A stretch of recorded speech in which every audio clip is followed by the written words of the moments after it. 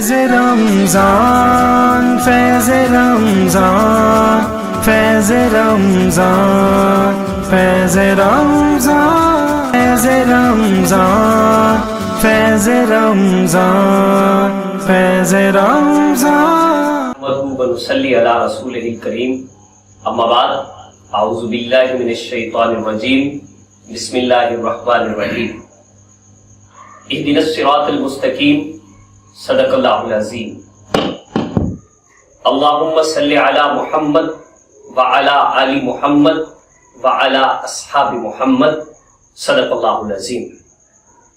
معزز حاضرین و سامعین، ڈیلی پوائنٹ کی لائیو رمضان ٹرانسمیشن میں میں محمد اسماعیل سحر آپ سب کو خوش آمدید کہتا ہوں۔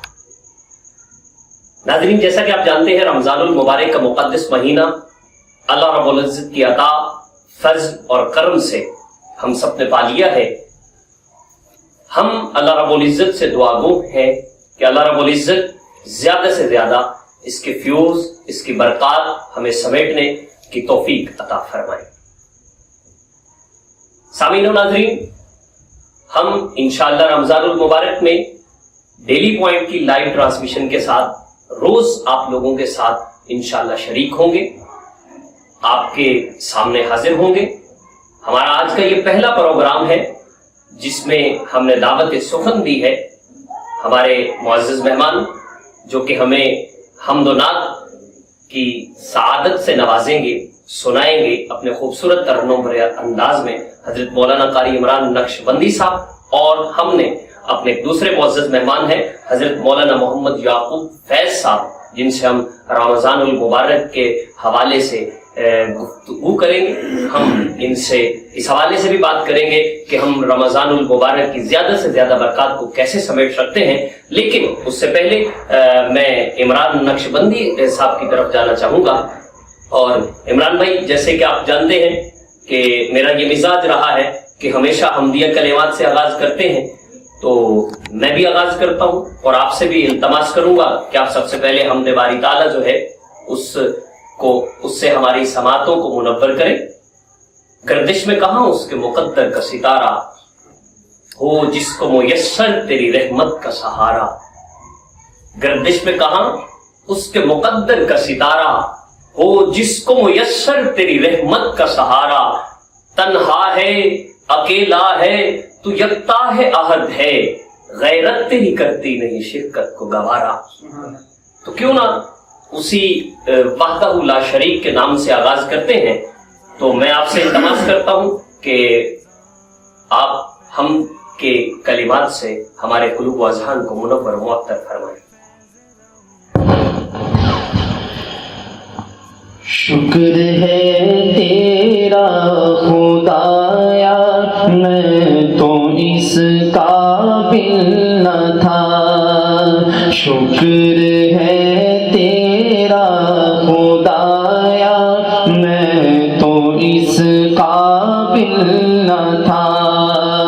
تو نے اپنے گھر بلایا، تو نے اپنے گھر بلایا، میں تو اس قابل نہ تھا۔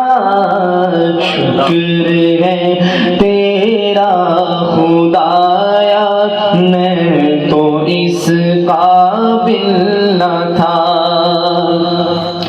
اپنا دیوانہ بنایا، میں تو اس قابل نہ تھا۔ اپنا دیوانہ بنایا، میں تو اس قابل نہ تھا۔ گرد کعبے کے پھرایا، گرد کعبے کے پھرایا، میں تو اس قابل نہ تھا۔ شکر ہے تیرا خدایا، میں تو اس قابل نہ تھا۔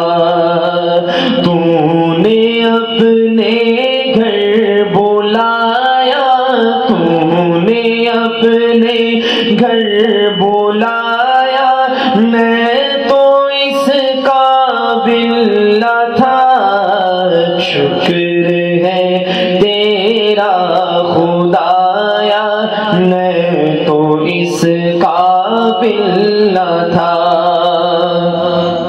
مدتوں کی پیاس کو سیراب تو نے کر دیا، مدتوں کی پیاس کو سیراب تو نے کر دیا، جام زمزم کا پلایا، جام زمزم کا پلایا، میں تو اس قابل نہ تھا، شکر ہے تیرا خدایا، میں تو اس قابل نہ تھا۔